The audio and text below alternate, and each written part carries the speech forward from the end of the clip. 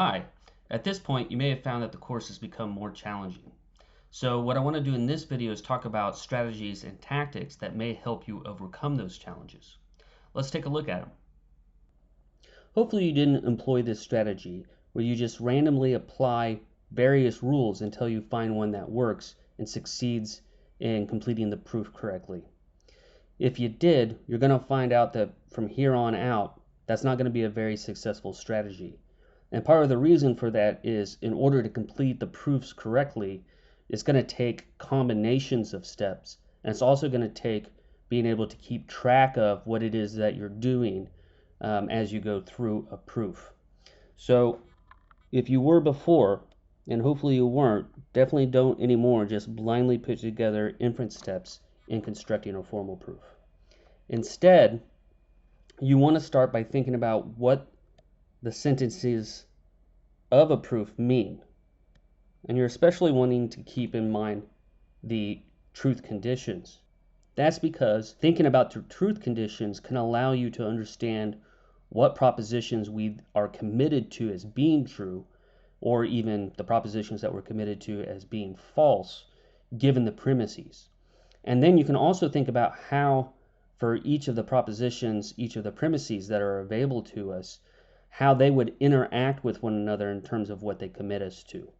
So for instance, if you have an argument that says either A or B as one premise, and the second premise is not the case A, then thinking about the truth conditions of A or B, that is, knowing at least one of those disjuncts has to be true, and then realizing the truth conditions of not the case A, that it's only true when A is false, then you can understand that those two premises interact such that it forces B to be true.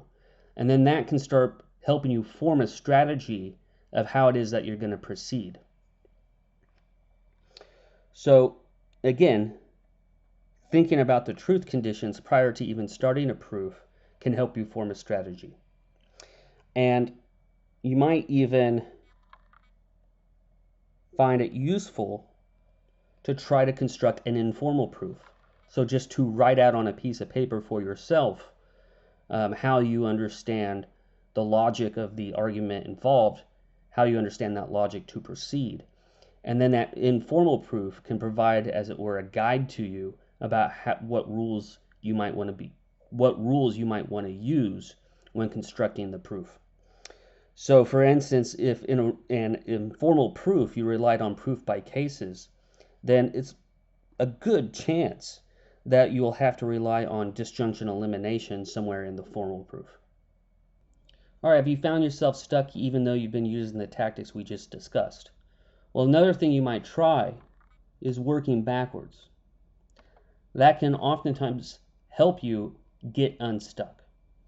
And in working backwards, what you want to do is ask, what things would I need to prove before I would be able to prove the conclusion?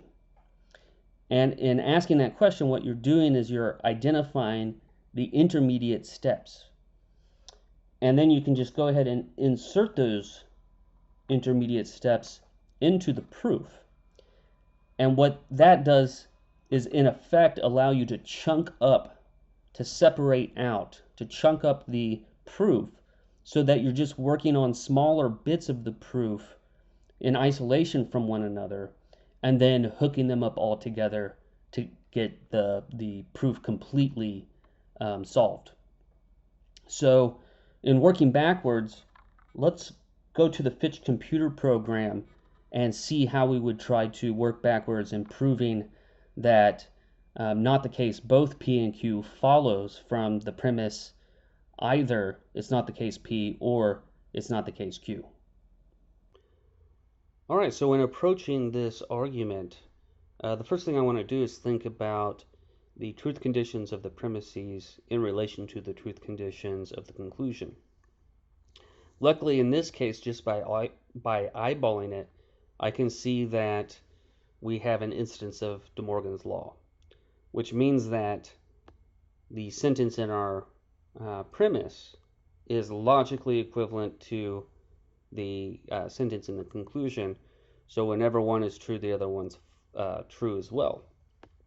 And in fact, when one of them is false, the other one is false. But since we get to accept the premise is true, that means the conclusion will also have to be true. So in order for a Fitch-style system to be a good natural deduction system, it needs to include a set of rules that allows us to move from premise 1 to the conclusion. The problem is we don't have one single rule that allows us in one step to move from premise 1 to the conclusion. That's not available to us. All right, so I'm going to go ahead and put the conclusion into the proof.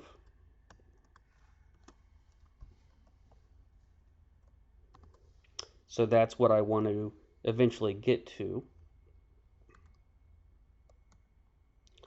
And now in looking at premise 1 and seeing that it is a disjunction, the first strategy I might think I want to develop, that I want to proceed on, is disjunction elimination, that is proof by cases.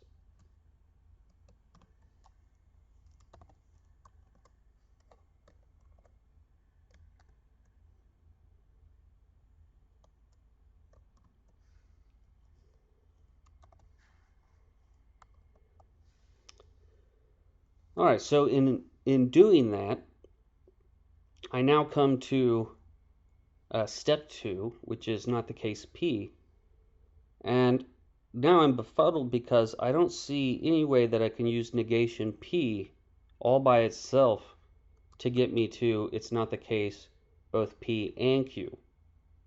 The same problem is had when I take a look at step 3 and not the case Q. So at this point you might start feeling like you're stuck. All right, so what are we going to do about this? Well, let's look back.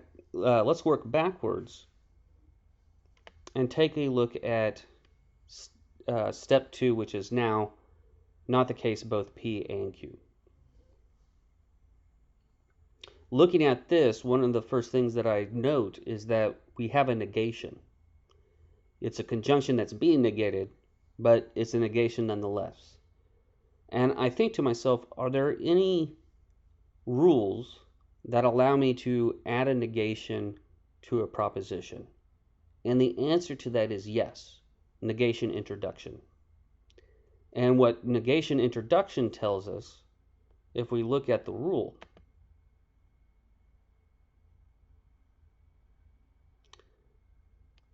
it tells us that if we assume a proposition and then show through a series of valid inferences that it leads to a contradiction, then we can infer the negation of the proposition that we assumed. So looking at the conclusion, I can see that what I would like to add a negation to is P and Q. So what I'm going to do then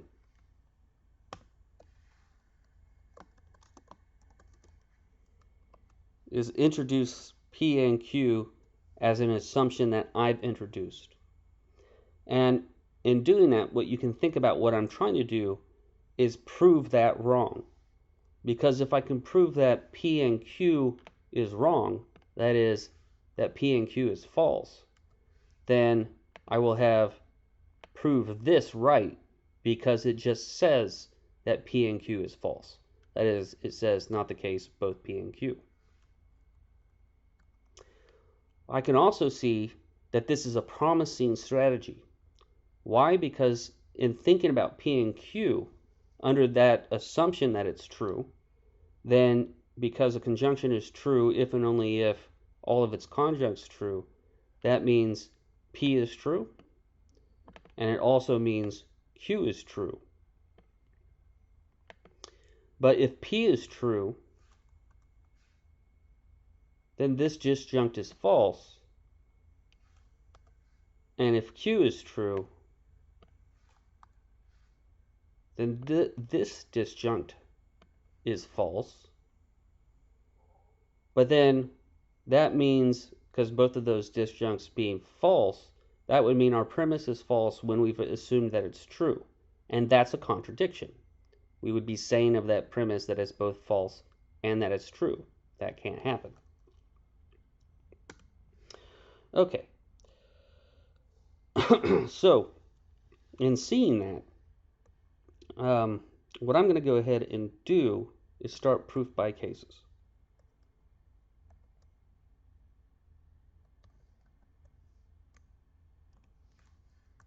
Under the assumption P and Q.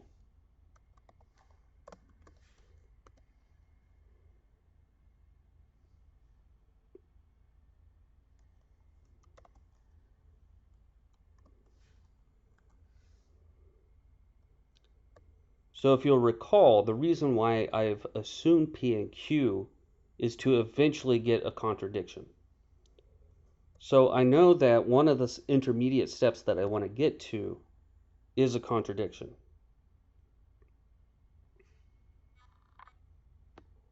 So let's go ahead and put that there. Now at 4, I can ask myself, well, how can I get to that contradiction? I see that P being true and not the case B being true generates a contradiction. So what I can do is by conjunction elimination is to infer that P from the assumption that I've made in 2, which is governing these subproofs since they're nested under 2. And now I have P and not the case P, which just is the form of a contradiction. And so by contradiction introduction and citing 3 and 4, I can infer a contradiction. We're going to make the very same sort of move in 6.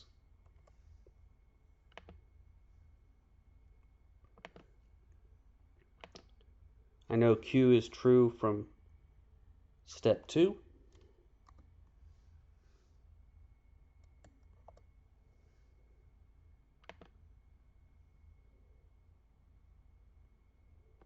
I know that Q and not the case Q takes the form of a contradiction, so I can infer a contradiction.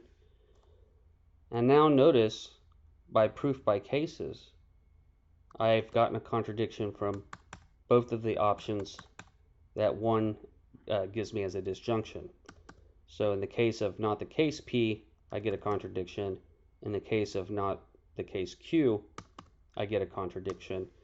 And so by disjunction elimination,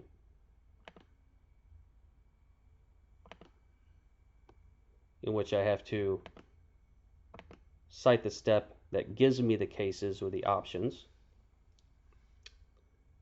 and I have to cite the cases that eventually lead to the same proposition, in this case contradiction, I can now infer a contradiction outside of these nested subproofs. And now I can see that I've achieved what I originally assumed 2 for, because we assumed P and Q for the purpose of trying to get a legitimate application of negation introduction. And to do that, I needed to show that a contradiction followed from assuming P and Q, which step 9 shows that it has. And that's going to allow me to add a negation to what it was that I assumed, P and Q. So now we're adding a negation to that proposition here. And we're doing that through negation introduction. We cite from the assumption to when we eventually get to the contradiction. So we click here and it'll cite the whole thing. And then we see that that checks out. And now we have proved that argument to be valid. So this gives us an instance in which working backwards can illuminate the strategy that we want to take in solving this proof. All right, even though working backwards can be a very helpful way in figuring out how to solve a proof, you don't want to rely on it too much, especially without also thinking through the truth conditions of the premises in relation to the conclusion, because if you do that, you may spend a bunch of time trying to prove an argument that just isn't valid, that is therefore not provable. And you don't want to find yourself in that sort of situation. So beware of that.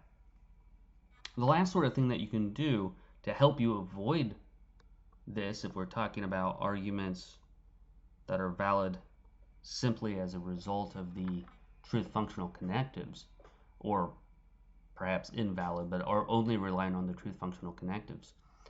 Sometimes you can use talk-con by just citing all the premises and then applying the rule talk-con on the conclusion to see if it is in fact a valid argument or not. Now, if it checks out, that guarantees that the argument that you're looking at is valid. If it doesn't check out, then it still might be the case that it's valid because it relies on, for instance, the meaning of the premises. Or maybe once we've gotten to quantified sentences, then talk-con is also not always going to be able to help us out. All right, that ends this video on strategy and tactics. I hope it helps you out.